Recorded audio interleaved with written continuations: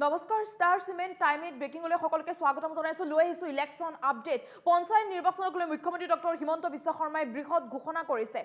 মুখ্যমন্ত্ৰীগৰাকীয়ে উল্লেখ কৰিছে যে 10 ফেব্ৰুৱাৰীৰ ভিতৰত পঞ্চায়ত নিৰ্বাচন অনুষ্ঠিত হ'ব ইয়াৰ উপৰি 30 ডিসেম্বৰ পূৰ্বে পঞ্চায়ত নিৰ্বাচনৰ বাবে প্ৰকাশ পাব ভোটাৰ তালিকা মুখ্যমন্ত্ৰী ডক্টৰ হিমন্ত বিশ্ব শৰ্মাই কেইবাটাও বৃহৎ মন্তব্য কৰিছে মুখ্যমন্ত্ৰীগৰাকীৰ মন্তব্য আছে তাৰ আগতে তথ্য দিয়াৰ চেষ্টা কৰিছো এয়া পঞ্চায়ত নিৰ্বাচনক লৈ মুখ্যমন্ত্ৰী ডক্টৰ হিমন্ত বিশ্ব শৰ্মাৰ বৃহৎ ঘোষণা পঞ্চায়ত নিৰ্বাচনক লৈ মুখ্যমন্ত্ৰী ডক্টৰ হিমন্ত বিশ্ব শৰ্মাই কেইবাটাও বৃহৎ ঘোষণা কৰিছে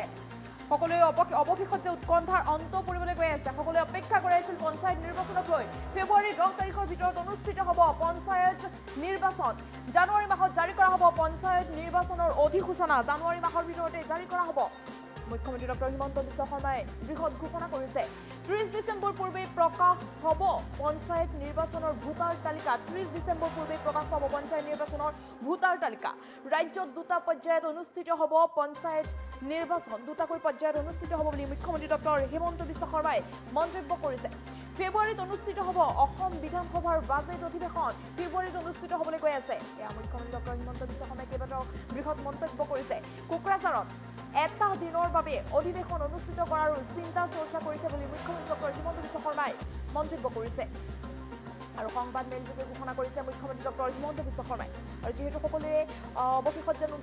উৎকণ্ঠাৰ অন্ত পৰিবলৈ গৈ আছে সকলোৱে অপেক্ষাৰে ৰৈ আছিল পঞ্চায়ত নিৰ্বাচনৰ বাবে পঞ্চায়ত নিৰ্বাচন কেতিয়া অনুষ্ঠিত হ'ব সকলোৱে অপেক্ষা কৰি আছিল আৰু অৱশেষত সকলোৰে অপেক্ষাৰ যেন অন্ত পৰিবলৈ গৈ আছে মুখ্যমন্ত্ৰী ডক্টৰ হিমন্ত বিশ্ব শৰ্মাই সেই তথ্য দিছে যে ফেব্ৰুৱাৰীৰ 10 তাৰিখৰ ভিতৰত অনুষ্ঠিত হ'বলৈ গৈ আছে পঞ্চায়ত নিৰ্বাচন 10 তাৰিখলৈ মাজত মাত্ৰ কেইটামান দিন বাকী আছে ফেব্ৰুৱাৰীৰ 10 তাৰিখৰ ভিতৰতে অনুষ্ঠিত হ'ব পঞ্চায়ত নিৰ্বাচন ইয়াৰ উপৰি জানুৱাৰী মাহত জাৰি কৰা হ'ব পঞ্চায়ত নিৰ্বাচনৰ অধিসূচনা জাৰি কৰা হ'ব জানুৱাৰী মাহতে এই ইলেকশন আপডেট আহি পৰিছে পঞ্চায়ত নিৰ্বাচনক লৈ মুখ্যমন্ত্ৰী ডক্টৰ হিমন্ত বিশ্ব শৰ্মাৰ বৃহৎ মন্তব্য 30 ডিসেম্বৰ পূৰ্বে প্ৰকাশ হ'ব পঞ্চায়ত নিৰ্বাচনৰ ভোটাৰ তালিকা 30 ডিসেম্বৰ পূৰ্বে ভোটাৰ তালিকা প্ৰকাশ পাব বুলি মুখ্যমন্ত্ৰীগৰাকীয়ে উল্লেখ কৰিছে আৰু ৰাজ্যত দুটা পৰ্যায়ত অনুষ্ঠিত হ'ব পঞ্চায়ত নিৰ্বাচন দুটাকৈ পৰ্যায়ত অনুষ্ঠিত হোৱাৰ কথা উল্লেখ কৰিছে মুখ্যমন্ত্ৰী ডক্টৰ হিমন্ত বিশ্ব শৰ্মাই ফেব্ৰুৱাৰীত অনুষ্ঠিত হ'ব অসম বিধানসভাৰ বাজেট অধিৱেশন অনুষ্ঠিত হ'ব ফেব্ৰুৱাৰী মাহতে অনুষ্ঠিত হ'ব বুলি মুখ্যমন্ত্ৰীগৰাকীয়ে উল্লেখ কৰিছে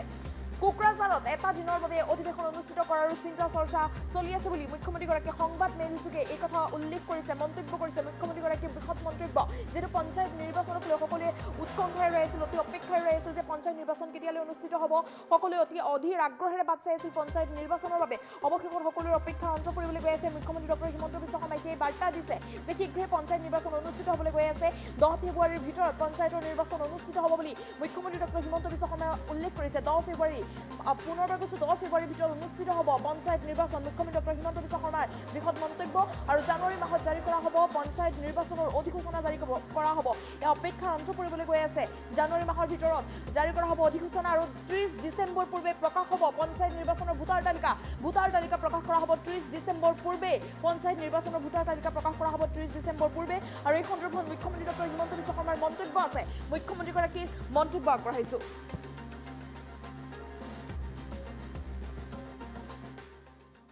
ফেব্ৰুৱাৰী মাহ যথেষ্ট এক্সাইটিং হ'ব আৰু আমি ফেব্ৰুৱাৰী মাহৰ আগতে বিশেষকৈ ফেব্ৰুৱাৰী 12 বা 13 তাৰিখৰ ভিতৰত আমি পঞ্চায়ত নিৰ্বাচনো আমি সামৰণি মাৰিব খুজিছোঁ যাতে জানুৱাৰী মাহত আমি পঞ্চায়ত ইলেকশ্যনৰ নটিফিকেশ্যন দিব পাৰোঁ আৰু ফেব্ৰুৱাৰী 10 তাৰিখৰ আগতে আমি পঞ্চায়ত ইলেকশ্যন আমি সামৰণি মাৰিব পাৰোঁ ইয়াৰ মাজতে ফেব্ৰুৱাৰীত অসম বিধানসভাৰ অধিৱেশনো হ'ব এইবাৰ অসম চৰকাৰৰ আমি এটা সিদ্ধান্ত লৈছোঁ যে এইবাৰ বিধানসভাৰ যিখন বাজেট অধিৱেশন তাৰ এটা সেশন বা এদিন আমি কোকৰাঝাৰত কৰিব পাৰোঁ নেকি কিন্তু তাত ৰাতি নাথাকি ৰাতিপুৱা গৈ গধূলি গুচি অহা যাতে বহুত বেছি খা খৰচ কৰিব নালাগে এটা মিতব্যয়িতাৰ মাজেৰে আমি কৰিব পাৰোঁ নেকি যে আমাৰ বিত্তমন্ত্ৰীৰ বাজেটখন আমি কোকৰাঝাৰত কৰিব পাৰোঁ নেকি যেহেতু দিনটো বছৰটোৰ প্ৰথম সেশন হ'লে আমাৰ বাজেট পঢ়াৰ আগতে গভৰ্ণৰ এড্ৰেছ হয় কিন্তু যদি এপ্ৰিলত সেশন নহয় ফেব্ৰুৱাৰীত হয় তেতিয়ালে সেইটো ফাৰ্ষ্ট সেশন বছৰৰ প্ৰথম সেশন বুলি ধৰা নাযায় তেনেকুৱা ক্ষেত্ৰত ৰাজ্যপালৰ অভিভাষণ বা বিত্তমন্ত্ৰীৰ বাজেট কোনোবা এটা বিশেষ ব্যৱস্থা এইবাৰ আমি কোকৰাঝাৰত কৰি যাতে দিনটো কৰি পেলাই আমি গধূলি কোকৰাঝাৰৰ পৰা উভতি আহিব পাৰোঁ, ৰাতি থকা মিলা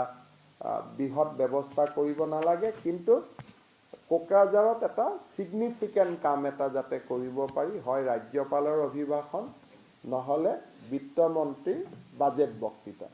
এই দুয়োটাৰ কোনোবা এটা আমি কোকৰাঝাৰত কৰিম আৰু 2 এদিনতে BTR কৰ্তৃপক্ষৰ লগত কথা পাতি এই বিষয়ে আমি সিদ্ধান্ত ল'ম। আৰু মই ভাবোঁ যে এই কোকৰাঝাৰত বিধানসভাৰ অধিৱেশন পতা এটা বহুদিনীয়া ইচ্ছা এটা আছিলে BTRৰ ৰাইজৰ, আমাৰ বিধানসভাৰ অধ্যক্ষৰ, তাৰ জৰিয়তে এইটো আমি সমাপন কৰিব পাৰিম।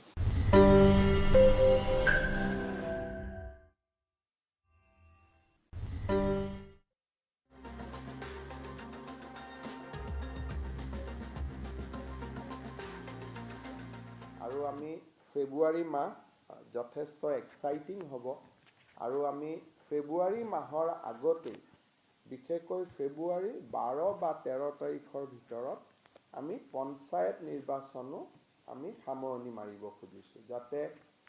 জানুৱাৰী মাহত আমি পঞ্চায়ত ইলেকশ্যনৰ নটিফিকেশ্যন দিব পাৰোঁ আৰু ফেব্ৰুৱাৰী 10 তাৰিখৰ আগতে আমি পঞ্চায়ত ইলেকশ্যন আমি সামৰণি মাৰিব পাৰোঁ। ইয়াৰ মাজতে ফেব্ৰুৱাৰীত অসম বিধানসভাৰ অধিৱেশনো হ'ব। এইবাৰ অসম চৰকাৰৰ আমি এটা সিদ্ধান্ত লৈছোঁ যে এইবাৰ বিধানসভাৰ যিখন বাজেট অধিৱেশন তাৰ এটা সেশন বা এদিন আমি কোকৰাঝাৰত কৰিব পাৰোঁ নেকি, কিন্তু তাত ৰাতি নাথাকি ৰাতিপুৱা গৈ গধূলি গুচি অহা, যাতে বহুত বেছি খা খৰচ কৰিব নালাগে, এটা মিতব্যয়িতাৰ মাজেৰে আমি কৰিব পাৰোঁ নেকি, যে আমাৰ বিত্তমন্ত্ৰীৰ বাজেটখন আমি কোকৰাঝাৰত কৰিব পাৰোঁ নেকি, যিহেতু দিনটো বছৰটোৰ প্ৰথম সেশন হ'লে আমাৰ বাজেট